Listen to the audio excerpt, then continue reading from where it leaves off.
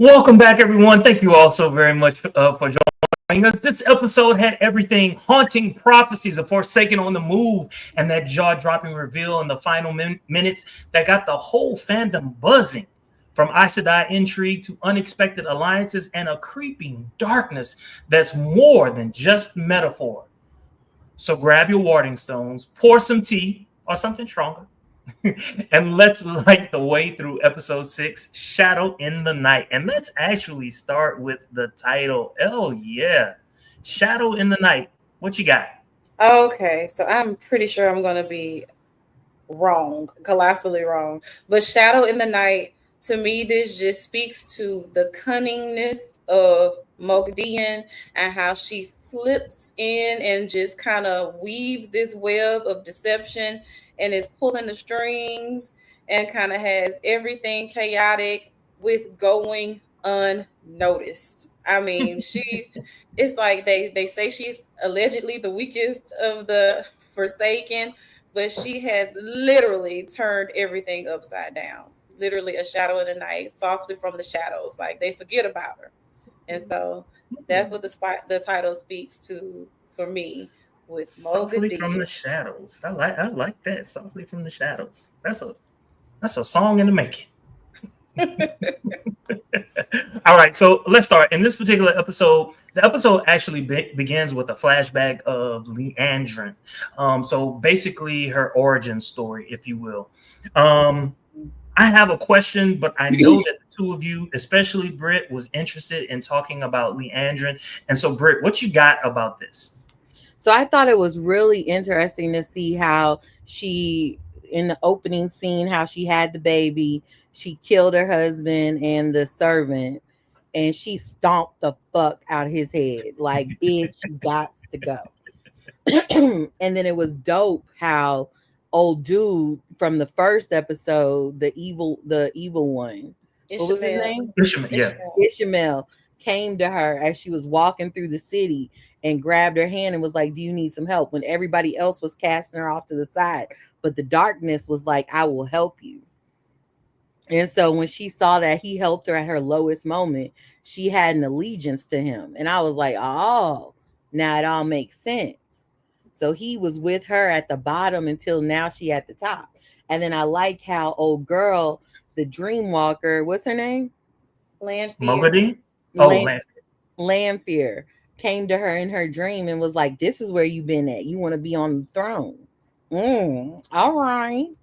So that was dope. And I like the costumes in the scene too. Elliot. Whew, okay, Brittany, you did a stellar job, by the way. Okay, it was Oh, just kind of unpacking that entire scene.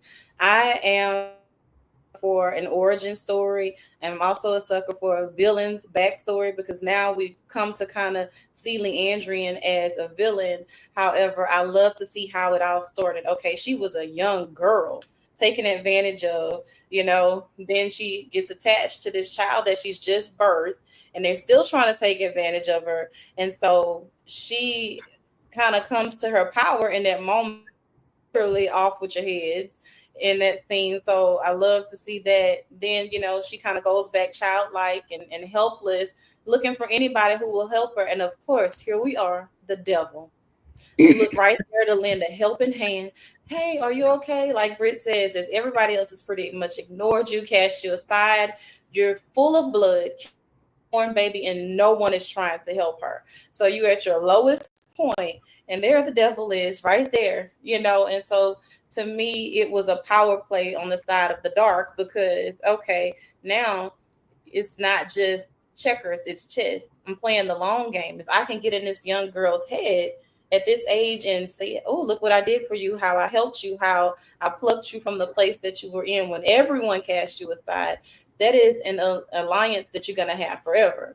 And so it's like, okay, so now we get to see kind of how Leandrian got to be where she was. So I appreciated that piece of it, especially because I'm always kind of, I hate this. It sounds bad, but I want to root for the villain, sometimes because you didn't start that way. You absolutely didn't start that way. Something pushed you over the top.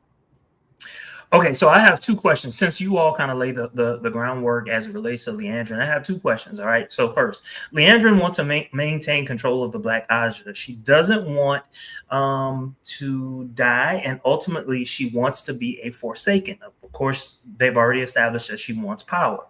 That's her motivation. To what extent, however, is Leandrin willing to go for this power? I want to start with Britt first. To what extent is Leandrin willing to go for this power? She's about to do whatever she got to do. She killing whoever she got to kill to get the power. She got a collar. She got to find the collar in the castle. Lanfear done told her, if you don't do it, you're going to wish you had done it. So kill the girl. I loved it. And Yeah. I like that scroll she put out where she was showing them like this is they had a man collared with 2 Aes Sedai. I was like, all right. Hell yeah.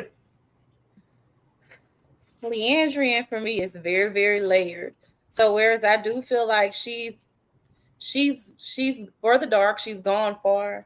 She still has a bottom line though. I feel like she still has a bottom line because whereas she killed her own sister, okay, the little person, I'm gonna put it that way, Naomi, I think is her name. The Black Aja.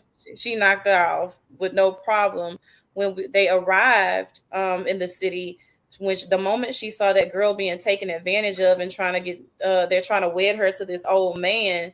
She has this thing in her that needs to save this young girl because she sees herself in her. So I feel like she's willing to do some power plays, but I feel like she still has a bottom line. I do. So since you mentioned that, you kind of stole my thunder, but I will go to this. Even though we've seen all that we've seen about Leandrin, is she someone that cannot be redeemed? In other words, can she be redeemed? I think she can be redeemed, but I don't think she's gonna be redeemed because she has allegiance to the dark side. So I don't think she's gonna come back from it because the only leverage they would have had was her son, and her son is gone, right?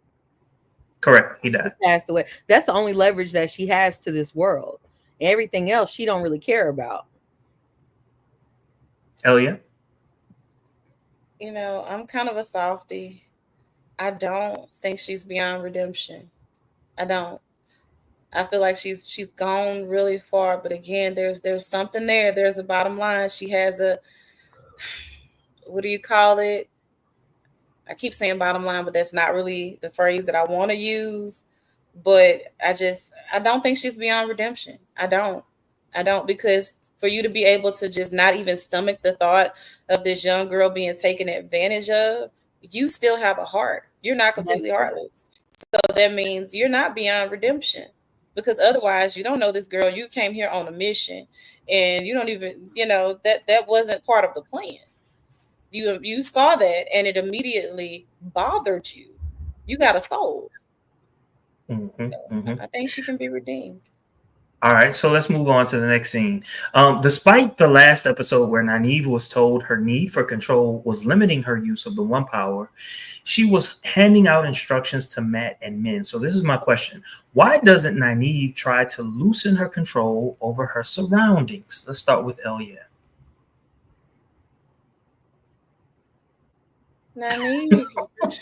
Nynaeve need a little bit more land in her life. And I feel like, it was a PC way of saying something else. I feel like if she can get a little bit of that water, she would probably loosen up a lot. And so we kind of see the struggle with her when later events happen with Moghedien. So it's like you want to let go and just be able to do it. She's still blocked. So I don't know. I feel like at this point I've forgotten the question that you asked completely. But why doesn't Nynaeve loosen up her control over her surroundings? I just don't know that she can. So much has happened with Nynaeve. Even, down to Leandrian, I don't know if I could trust. I don't trust myself. I don't trust those around me. So now I'm so tightly wound. It's binding me. Mm-hmm. So Britt, Black Princess says this. I don't like them humanizing villains because once they do, they make it a point to keep punishing them because of their past while giving all the grace to the good character. What are your thoughts Mm, about that? I think that's a really good statement, and that's what we've seen in the past, where like when Matt in season one, I think there's a season one or season two where Matt was punishing him. He was like punishing himself because of the problems that he had from being a thief. Remember that? Was that season two when Matt was with Ishmael, and Matt and Ishmael knew that he had the horn, that he was the person of the horn. Season two. Yeah, yeah, yeah. Yeah, Two. season 2. So that's Mhm. like Matt when he kept punishing himself because of all of the things that he did wrong in his past. So I can see where Black Princess is coming from. Okay. All right, all right. So let's move. Let's move. So I got to read this before I get to my question. So a little bit later, they're in the Io Waste. The wise ones are chastising Egwene. A little later, Moraine meets with Lanfear in her dreams. Lanfear warns something is coming, and Moraine should not interfere. So here's my question. Obviously, we know what happens at the end of the episode. Was Moraine afraid of dying? Or does she trust Lanfear enough that whatever happens, Rand will be able to deal with it? What are your thoughts about that? I think it's a little bit of both. I really do, because Moraine knows that if she goes up against Lanfear, she gonna die. Because every situation she was in, Lanfear whooped that ass. Took her to work, took her to town, whooped it. Said Ishmael said, "Handle my light work," and she was like, "I got you." Okay, so Moraine not trying to play with her. But Moraine also knows that she has to allow Rand, I'm sorry. Who these names? Jesus.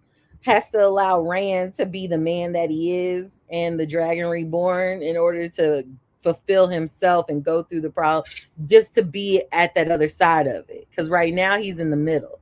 He got to get to the other side where he's fully reborn. I guess, yeah, like that. Oh, yeah.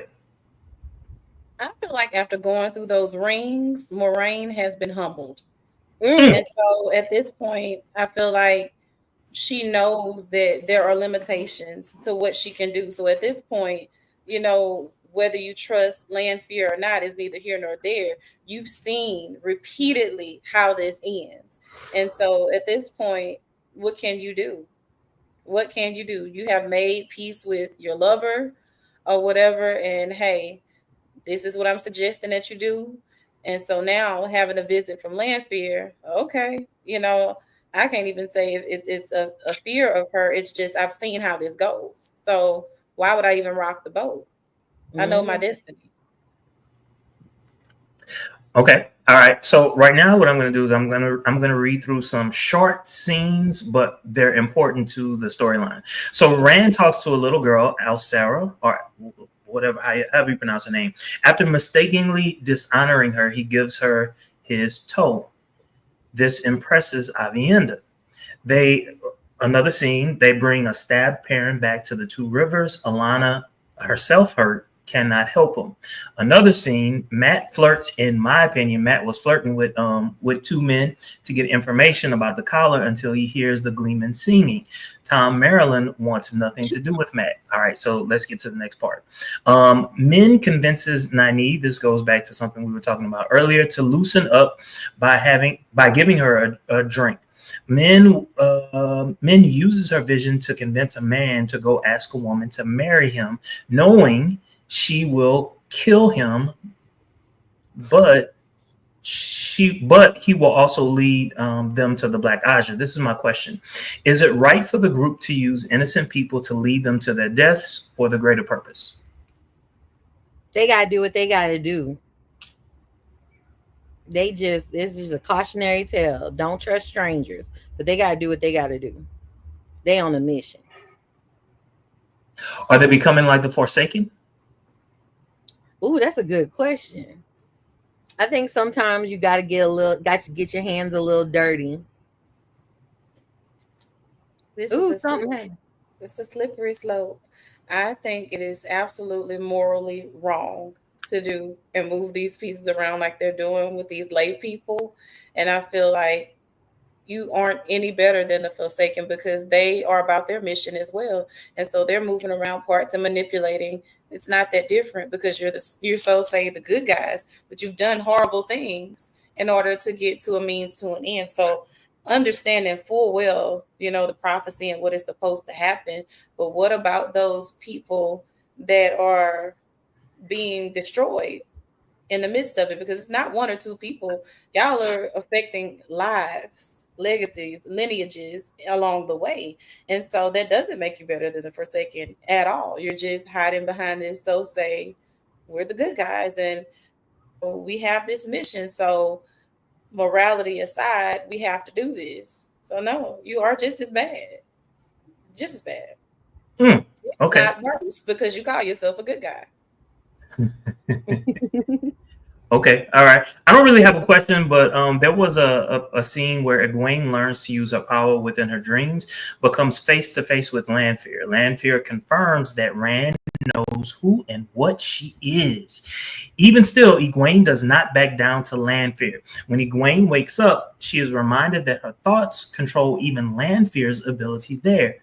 Egwene tries again. Talk to me about Egwene. What's going on with Egwene? Like Egwene learns something about Rand, and then also you got Egwene herself. Who is Egwene in this particular moment? Egwene is forging her own path, which I'm loving, but she's still in this episode we kind of see her separate now or begin to she has her breakdown or whatever, but she's going on her own path. She is. And it's like to add insult to injury, Rand, I know what you're doing. I know what you're doing. But this is the girl that she's literally stalking me in my dreams and torturing me. And this is who you want to be with. You know what she is. You know who she is. And then you try to paint a picture of me like I'm crazy. So in a way, I'm kind of like, I'm proud that they didn't make Egwene as if she didn't have any emotion at all and just kind of brushed it off like it was cool. I'm glad they let her have her moment to be just human and experience those emotions. But at the same time, okay, I see you, I see her, but I got my own stuff going on. So I think I like the path that this is going to push Egwene on to where she can separate from the Dragon Reborn and all of this other stuff going on with Rand and live in her true power, because make no mistake about it, she is exceptional. She is. And so I'm interested to see where she's going to go from here. To your point, Jermaine, who is Egwene? And I think Egwene is probably going to be one of the most powerful characters we see. Brittany? I love it, Elia. That was perfect. The only thing I want to add to it is that I see Egwene as a student of life right now. She has her teachers that are the wise ones, and they're like, listen, Lanfear just pushed us out and she was with you by yourself. What happened? And she's like, not really giving up that information. She just gives them just a little tad bit of what happened, but she's really seen the world for what it is. The little girl that we saw in season 1 is gone. Season 2, we saw her slowly seeing like how bad the world can be. Season 3, it's like, yo, this is a shit show, and I gotta woman up and handle my business and listen to the wise ones so I can be a bad bitch. So I love it. I love it. I love it. She's turning into who she needs to be in order to handle it. I like that. I like that. All right. All right. So there's the next scene. So Rand talks to Moraine and wants to know what she saw.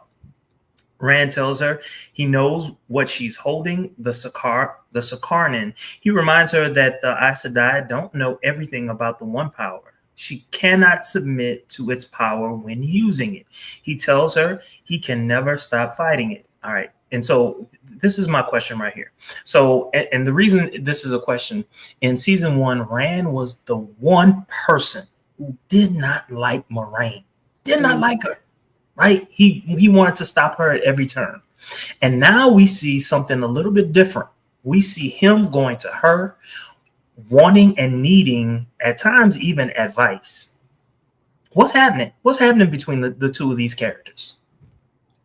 I think they're building a relationship that is more based on mutual respect for each other, that they didn't, because at first I was like, oh, it's like an auntie and a nephew, but it's not. It's a little bit more deeper than that. I think they have more of like a, I guess not spiritual, so magical type of bond. And he's like, listen, I need some help with this. I know you got it. You can't handle it. I can handle it. Give it to me. I like where it's going. Oh yeah. And so I agreeing with what Britt is saying. When they went through together, of course, Avienda went there as well. But when they went through, and I can't remind me of past the IO waste into what is it? What was it called? When Moraine Talon had to go. Riyadh. Yes, I feel like that was a big eye opener for Rand. He was humbled a lot going through those different past lives and seeing so much, to where Moraine taking that on as well and doing that and going through the rings, and Avienda wanting to be like, hey, I'm getting out of here. And he not even wanting to leave Moraine at that point. So I feel like once they went through that, that gave him a new profound respect of sorts for her. And so that's just kind of how I see it, to where it's like, okay, initially I feel like you just want something from me, you just on a mission, versus you actually going through the fire with me, and potentially not making it back, willing to take that risk, says a lot. You're really about whatever you're talking about. So I kind of trust you now, because not everybody is gonna go down this path, because you could never come back. And so I think that kind of gave him a lot more respect for her. Mm-hmm. All right. So some more smaller scenes. Fail attempts to tell Perrin about herself, admits her mother was a dark friend, said her parents were in the military. Perrin admits he mistakenly killed his wife. Now, right here, this is what I wanted to do. I basically want to state that the books said it a little differently. I don't remember if this is the point in which she told him the full truth. There was a point where she did admit that, or did tell him that, her parents were in the military, all that other good stuff. But she, at least later, she tells him much more about herself. But I don't ever remember her saying that her mother was a dark friend. So in the television show, there's a point of saying that her mother is a dark friend. And Perrin, knowing Perrin, how would you expect Perrin to handle the fact that the woman that he's developing feelings for, his mother was a dark friend? Maybe a little conflicted, but I don't think he's gonna leave her. I think he likes complicated relationships. Do tell. Wishful thinking. Hell yeah. Perrin is so very serendipitous, to where at this point, you telling me that your mother is a dark friend is neither here nor there. Okay, is she a Democrat, Republican? I don't care. At this point, you've shown me loyalty. You can't choose your parents. I have a pretty good read on you. And so I'm not turned off by that. I have a past too. Oh, here, by the way, my friend, that horn you've been talking about. Since we're telling secrets, here you go. Here's one from me too. So I feel like he handled it quite well, but I was not surprised that he did. I wasn't surprised at all. Okay. Another short scene. Padan Fain joins the White Cloaks and wants to deal with the two rivers. So this is my question. So we've seen Padan Fain in every season so far. Most of the times, really, really, really, really short clips, bits, not a whole lot. We know he's a dark friend. Any clues beyond that? Any clues that you all might have ascertained beyond that? Which one is he again? So it's the black man. He in this particular episode, he's wearing white cloak garb, if you will, but we've never seen him be part of the White Cloaks until this particular episode. He cut his hair? he was like literally, Oh, wasn't yeah, he? he did. I feel like seeing around like in a caravan of like kind of the lowly people, Yeah, um, just kind of hiding in plain sight. because he's a wolf, right? No, no, no, no. So he was in I remember episode one. He was in episode one, season one. He was the one who sold something to Matt. He was also there when they found the Horn of Valir. He was also there with the Sean Shin. You remember the ones with the long fingernails? He was there for that. So, and he also tried to tempt Matt. Okay, so he's been around. He's been around for a minute, but we don't see him all too often. Any ideas about who he is or what his significance is in this show? No, I need to see some more of him because I haven't seen enough to he's make an all impact. he's He's just always always laying some randomly type of there. chaos. Yeah, Everywhere he goes, and even showing up in this last scene full of blood in a white clothes. It's like, okay, how powerful are you? What do you have going on? I'm with Britt. Like I do want to see a little bit more. How deep are you off into this? Okay, Because all right. you definitely recurring. mm-hmm. That's definitely not by accident. Okay, some more short scenes. Matt tells Tom, Marilyn, the Gleeman, they're looking for Leandrin. But when Tom sees Elaine, he attempts to save her life. To save her life, to save her own life, she agrees to sing. So here's my question. What is the connection between Tom and Elaine? Well, he said he was at her court, so he knows her. He recognizes her. He know they have some type of connection where she looks at him, he looks at her, and he's like, "You okay? Bitch, you better get it together. What you gonna do?" And she looking like, "I got this nigga. We got it." And she starts singing. And he's shocked, but he just rolls with it. So just to kind of like set the scene according to the books, I don't know if they're gonna hold true to the books in the television show. Tom was one of her mother's lovers. Oh, In he's the so book, dirty looking. well, he's a noble. He's a Sure. noble. He's a noble. When he broke up with her, Queen Margaze, he started living the life of a gleeman, and so that's why he looks the way that he looks. Okay, but Wow. he was like really, really attached to Elaine. He was attached to all of her kids, but really Elaine, because Elaine was so young. You know what I'm saying? Like a bond could be built there, and yeah. That There's ain't her more to it. daddy, huh? What'd you say? That ain't her daddy, huh? So in the books, they went on for chapters and chapters, like you're thinking, is it? Is it? Is it? Is it? But no, no, no, no, he's not. Because So it makes sense when you look at the scene. It makes sense. the way he reacts to her. Yeah. Hmm. Hmm. So drunk, Nynaeve admits to having a good time with men. They learn Leandrin is in the city, but a black Aja sees and hears them.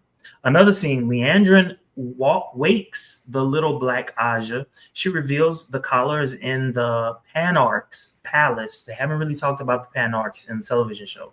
Leandrin then kills her. All right, I don't know if there's anything that you all want to talk about as it relates to that. Okay. No, it's fine. Honestly, wasn't a huge fan of Naomi. I didn't think Leandra had to do it like that. But we've been sad to see her go. What's not? And I know it So was so bad. So it wasn't until I watched it the second time that I was like, that's why she killed her. So remember what Lanfear told her? Lanfear said basically Ravine had, like a spy amongst the Black Aja. So she just assumed it was old girl, not knowing it was the black girl. Mm. That's why she killed her. All right, so just when it seems Alana is about to die, Matt's sisters reveal they can channel, and with Alana's help, they heal her. I know that Elia definitely wants to talk about that. What are your thoughts about that particular scene, Elia? Okay, first of all, I'm in love with Alana. I love how Alana just lives her life just from the beginning. I wanted to be a green Aja because Alana did not mind having everyone I lose. I bounce back with two. Alana was living her life. Okay, let's start there. All right, her waters. They had okay. It was a whole. I just I just love her. She's a beautiful woman of color. It's always given. She look huge fan. All right, so Zest there's for that. life. She has a zest for life. She Yes. does unapologetically. So there's that. I feel like she's one of the most extraordinary characters on this show. Anyway, so she was the main one that was like, "Hey, I'm not just squandering time here in these two rivers. It's not an accident that all of these powerful people like Egwene, Perrin, Matt, Rand, and Nynaeve, all of them are from the same area.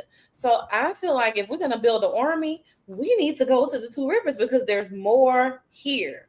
There is more here. And she proved herself correct. So she couldn't seem to heal. She's able to talk these two young twins through how to just relax and channel and heal her. So I'm like, okay, my girl has been validated. Her water is sitting up there smiling, all proud and everything, or whatever. Because at first he's like, no, we need to be over there doing X, Y, and Z. And she was like, no, we need to be right here building our army because these people have power in these two rivers. They might be poor, their outfits are awful, but they got power. They got power. Britt, Black Princess says, not gonna lie, I was scared for Alana too. What are your thoughts? Were you scared for Alana? Yeah, I thought this was it. Because in every episode, not every episode, every season, somebody major dies. Mm-hmm. So I thought it was, or something bad happens to somebody that's like a pivotal part of it. So I thought this was her moment where she was going to be like out. So I was very nervous for her, but I'm so glad that she survived it and she was able to make her point. Yeah. So Perrin tells Bael about his powers as a wolf brother. He also admits that Matt has already found the horn and blown it. He kisses her, and Alana and Maxim come to heal him.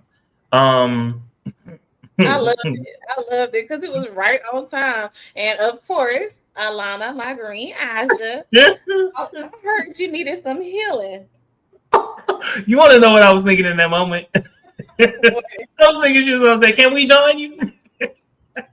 With Alana, she probably would have asked to join. And I'm here for it. I'm here for it. Alana, look, I got my strength up now. What's good? Room for two more? Okay. I have room for another water. Okay, so Min and Nynaeve find Elaine singing. They also meet Tom. Elaine and Matt learn where Leandrin is. When the man he was flirting with, I still maintain that Matt was flirting with that man with his shirt all open and chest all out. Yeah. He hands Matt the bracelet. Matt gives it to Nynaeve. Tom fills in that those two bracelets are used to collar a man. Now this goes to something that Britt had noticed. I think it was early in the show, or maybe before we started. The scroll. What are your thoughts about that? I thought that was really cool how just from flirting with the man and having. You thought he was flirting too? Yeah. That's what Matt do. Matt is an opportunistic person. He gonna flirt. He gonna talk. He got a silver tongue. He got quick hands. He light fingers. He gonna do whatever he got to do to get what he needs to get done. But something about his spirit is very what do you call it? What do you call it? You said con artist? No, I said verse. Oh, verse. I can see it. Something about him is the vibe I get for him. Well, you notice he's the only one who doesn't, like, when people have dreams of the future, he doesn't have like a family of his own. He don't. He just got his sisters and his mom. But I don't think he know his mom gone. But that's all he got. According to the books, though, he does marry someone. But I'm gonna leave that alone. Okay.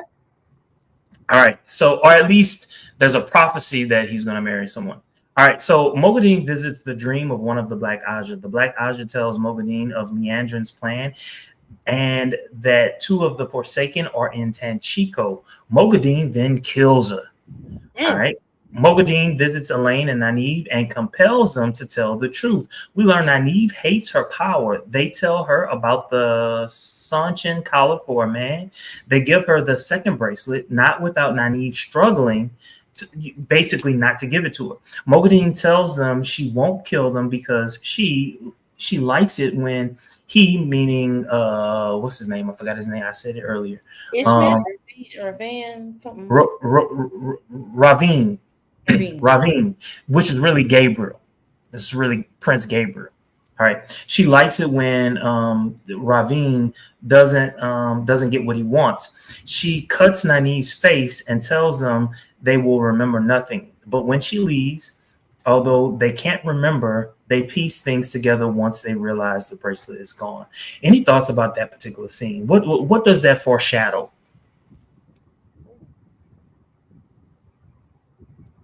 Mogadine is dangerous, to say the very least. To say the very least, the way that she literally, like she said, softly from the shadows, she's orchestrating all of these pieces. The fact that she could even do that, I didn't even know she could do that. Okay, compelling them. First of all, didn't know she was even capable of doing that. So that blew my mind because Nynaeve and Elaine are very powerful. And so it was just so easy. She just walked right up on them and got all the information. And it was almost like she kind of slipped them a Mickey because they're high as a kite and they're like giggly little girls, just kind of, yeah. And it was, to me, I thought it was really, really cool how the scene played out. In the meantime, you're cringing because it's like, oh God, I hope she doesn't kill them, because Mogadine is a psychopath. And so it was interesting to see that scene unfold. And so I'm wondering, is there going to be some kind of all out war between the Forsaken? And is she rallying up her troops because she knows the power? She even tells Nynaeve, oh, you're really powerful, but you're afraid of it. So I'm gonna find you two very useful later. So I'm wondering, like I said, if there's going to be an all-out war and she's rallying up her troops. Rick? I like the fact that she plays with her. It's like she's playing with her food like a cat. You know what I'm saying? And these are her little playthings. I didn't like how she killed the black Aja. I didn't like that. That kind of freaked me out some. But I liked how she got them to be so childlike and tell her everything. They were so excited. They're like, and then I gotta tell you more and more and more, like a little 7-year-old kid that gets excited about the day that they had and they gotta come tell you about it. It's the way she sat them down by the fire and let them talk to her, and it was just very, very interesting. I think it's a foreshadowing, like what Elia said, that it's about to be a battle because they pieced it together and they know what's going to happen. I think they're going to come for her. Who's going to come for her? The two girls. Okay. All right. I'm not going to tell you. I'm not going to tell you what happens. I'm not going to tell you. But one of y'all like real close to it. All right. So next scene, Egwene confronts Rand about Landfill. We were talking about that earlier. This is a quote from Rand. You met the wise ones and haven't given me a second thought. That's what you do. This is my question. Just like a fuck nigga. Is this a betrayal, or does he have to do with, or does it have to?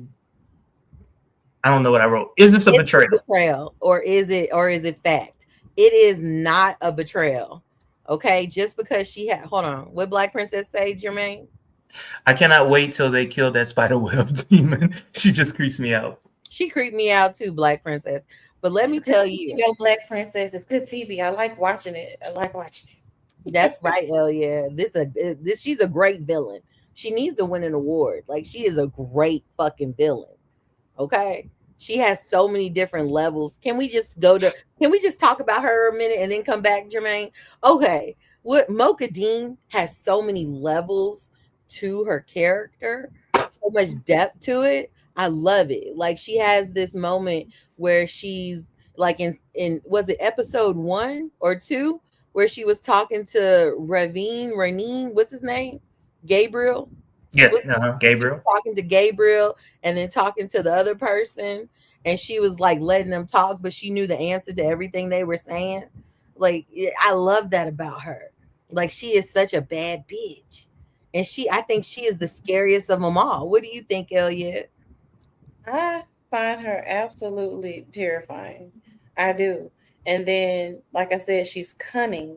And then I love the fact that she knows how to hide in plain sight. That's part of the cunning. She's one of those people that you just can overlook. Oh, this is just a servant. Meanwhile, she's pulling so many strings. That's a dangerous person. That's a dangerous person. She literally walked up on all of y'all. She was there with the black Aja, serving them, spitting in their food, doing all kinds of witchcraft and crazy, doing all kinds of things. Jesus. Voodoo shit. Yes. Lord. Definitely do. Okay, what tangle webs we weave, Mogadine, and I like to see it. She is insane. It just reminds me, okay, don't underestimate anybody. Mm, She is that one. I agree with mm. Brittany. She is extremely layered. Don't No she look matter like how weak you Wednesday are, Adams? you still have power. I'm sorry, what you said, Britt? Don't she look like Wednesday Adams? Every time I see her, that's what I think about. Gothic, Wednesday, Hot Topic. She looks like them people that shop at Hot Topic. Like she Right. is She, just she came off when they first introduced her character, and you like, she is just outright psychotic for no reason. I don't know what her end game is, but then you see her start moving pieces, and it's like, you're not that kind of crazy. You're not. You are very wise. Very. So, yes. Little So Momo. back to what Jermaine was saying. Mhm. Jermaine, I do not like the fact that so many men act like Rand, where you have something going on for yourself, you trying to be successful, you trying to be on your shit, handle your business, uplift yourself, go to the next level of Maslow's hierarchy of needs and be the best person you can be. Did you just say my Yes, I hierarchy of did. Yes, I did. Maslow hierarchy of needs. You on step 1 and you trying to get to step 3 and they won't let you be great. And then you telling me I'm not giving you the attention that you deserve. You the motherfucking dragon reborn. Everybody giving you attention. How much attention do you need? My God. I'm trying to be out here with the wise ones. Look at thought? you. It's clapping. Yes. Hell yeah. Oh, look, I almost took off my shirt and started praying to the ancestors and amen to you and clapping and everything. Yes, Because I've been through that before. It Rand makes me mad. Rand is definitely giving big F boy energy in this episode. And as much as the word or phrase gaslighting is ubiquitous, and I'm getting sick and tired of hearing it, that is exactly what he did. It is 100% what he did. Well, you're not there for me. We've been here. You've been sitting up those wise ones. I need you, Rand. Literally, you got the double tats. You got all of this going on. Literally, it's all, what about what I need? Rand, you got everything going on for you. Okay, can I please just get a little bit of wisdom along the way? You sitting up here in real life and in your dreams and on land fear while I'm sitting up here looking stupid. And you mad because I'm getting some wisdom? I'm What? glad you mentioned Lanfear. This is my question. Does Rand love Lanfear? I think he's infatuated with her because of everything that he saw when he went through the rings. I feel like he is destined to be in love with her. I don't think he can help it. Yeah. There's so many lifetimes that have occurred. I don't think he can help it. I think he is in love with her. He may not quite understand it, but he is. So Black Princess says Rand was feeling himself too much. He saw that man with 2 wives and said, "That is me." I agree with you, Black Princess. Rand feel like, oh, they do that out here? That's allowed? Okay. Well, all right. Everything good comes in pairs. So this is my question. I heard everything that the two of you said. This is my question. Did Egwene really want Rand? Was he ever enough? No. Expound. I think that she realized he was never enough when she started going to the White Tower and trying to focus on her craft. I think that she's the type of person who, at first, when she was living in the Two Rivers, Rand was enough because that was her life. Just trying to learn and be running behind Nynaeve and just trying to be one of her apprentices and all that stuff. But then when she saw that there's more to the world than the Two Rivers, she had to expound on it. So wait, there's one thing that I want to know. when when Egwene when Egwene was told that she was going to be Nynaeve's apprentice, what that basically meant was she could not marry a man. She could Oh, not marry a man. I didn't know that. Okay. Mhm. So does that add some flavor to what Rand has said? Yeah, it does because instead of cutting it off, she kind of let him on a little bit, and she should have just ended it. I'm looking at Elias' face. What's going on? Talk to me. So, we've all lived a lot of life, and I won't make this a therapy session. But I don't think it's that she did not want Rand or desire Rand. I think she, along the way, outgrew Rand and some of the things. And so I'm not going to say she Yes. didn't want him. They have both started down these very different paths that none of them really expected. Things have gotten extremely chaotic to where now y'all just can't be together. Too much has transpired. So I'm not gonna say that she doesn't want him or never wanted him. That's not the case. Y'all have outgrown each other. It's entirely too much. You both know too much. You've seen too much now to where it's just not gonna work. It's not gonna work. Mm-mm. Okay, so let's move. So Samael attacks Rand and Egwene, but Avienda shows up using blades to help them. Something that's not supposed to happen. It seems like Avienda and Egwene are hurt, but Rand rises and counters Samael's attack with a shield and uses lightning to kill him. Alcera, if I'm pronouncing her name right, dies, and Rand tries desperately to bring her back to life. No one can stop him from trying until Moraine places her hand on him. What are your thoughts about that particular scene? Well, you never supposed to bring somebody back from the dead. That's magic 101. You That's know what I'm saying? necromancy. Necromancy. You're not supposed to do that. And he was just so hurt by what was going on. He was like, fuck the rules of magic. She got to come back. And Moraine, everybody's telling him no, no, no. Everybody's yelling at him no. And he's just like, fuck y'all. I'm bringing my little friend back. But Moraine, I think when she put her hand on his shoulders, it grounded him. And he was like, yo, yeah, let me fall back real quick. Oh, yeah. First of all, this huge display of power from Rand when all of this is happening. Of course, I love to see Avienda, to your point. Okay, you're a wise one now. What are you doing? But I love to see it. It was so much going on in that scene. But with Rand trying to bring this baby back, he kind of, some of that arrogance flares up in him. No, I'm supposed to destroy, but I'm also a creator. So he keeps going, and trying to revive her into no avail. But then, like you say, when you see Moraine come in and just kind of softly get him to calm down, that speaks to what Jermaine mentioned earlier about how their relationship and their dynamic has changed. Again, Moraine doesn't have a lot to lose at this point because he could have killed her. Let's be very clear with how he was spazzing out. Just look at that. Yeah. Nobody else was trying to touch Rand. Let's be very clear. Moraine took a huge risk, but I feel like in that moment she had nothing to lose. And so I'm glad that she was able to kind of bring him down. Again, that speaks to how their relationship as characters have developed. So this is my question. In that particular moment when Rand was just going off and he's trying to bring her back to life, could you have said that Rand had gone mad in that moment? Absolutely.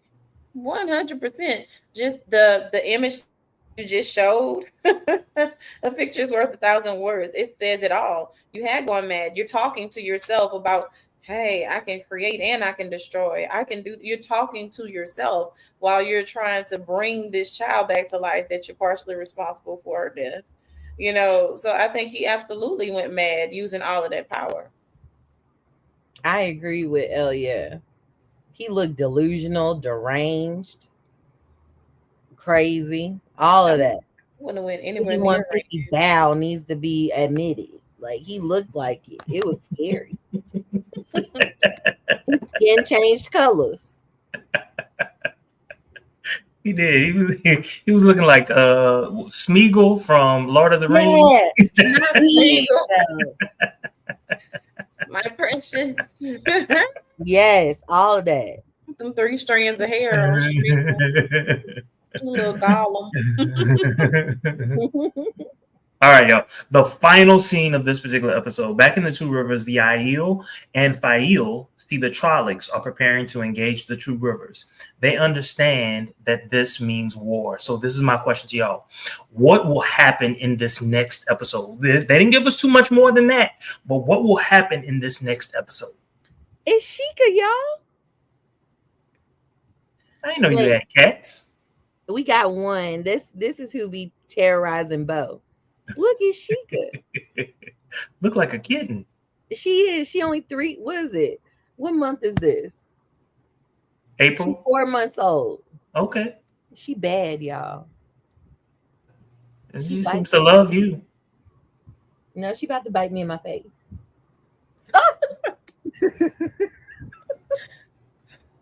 Dang. Bad. Oh shit. Here. She coming to fuck with Bo. Okay, anyway, who is it that was going to war? Who are those people that were marching? That's what I was asking. Trollocs. So you remember in the very first episode of season 1, these Trollocs came into the Two Rivers and they attacked their town. What are they? They're half They're men, like half creatures? huh?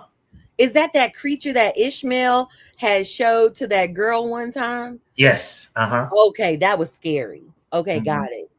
So who is leading the army? So it's I forget what they're called. We've seen them. It's they got these teeth. Scary people with the claw Yeah. that came to get Moraine that time when she was at old girl's house, and Moraine had rode off on a horse by herself. Yes. Yeah. Okay, yeah, those things are scary. Mm-hmm. Yeah, I don't know what's about to happen. I asked all them questions to come to that. I don't know. It's some scary shit though, because that's like creatures of the night. The dark has emerged. I don't know. I'm scared. This is like a Halloween episode. Well, with Falcon or Fael, whatever she's choosing to go by, I feel like they're gonna have to forge their own army. You got, your few Aiel, you have the people in the river. I feel like my girl Elaine is probably gonna. I'm saying Elaine, not Elaine. My green Alana. Is I remember the name. Look, thank goodness.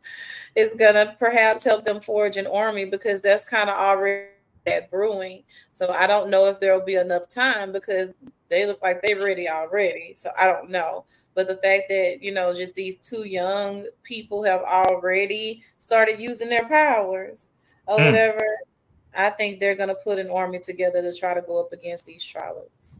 I got something I want to add to it. I totally agree with Elia said. Now that she's going down that road, I think about, you remember whenever there was that movie with Tom Cruise and he was the what do you call it when with the swords people, Japanese swords. I know what you're trying to say. Start with a K. Yes. When he was samurai. Oh, I said The Last Samurai.